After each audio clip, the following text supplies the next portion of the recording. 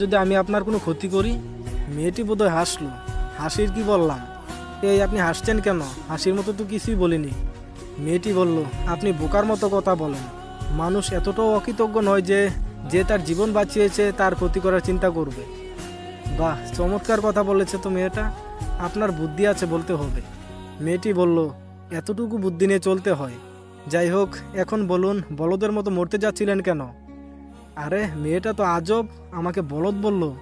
সোজা সাপটা উত্তর দিলাম, আমার প্রেমিকার বিয়ে হয়েছে, সে বেমানি করেছে আমার সাথে। আজীব ব্যাপার। আমার কথা শুনে মেয়েটা খিলখিল করে হাসছে। আমার কষ্টের কথা শুনে সে হাসছে। মনে কি মায়া বলতে কিছুই নেই? মেয়েটি বলল, এতটুকুই? এই সামান্য কারণে আপনি জীবনটা শেষ করতে যাচ্ছিলেন?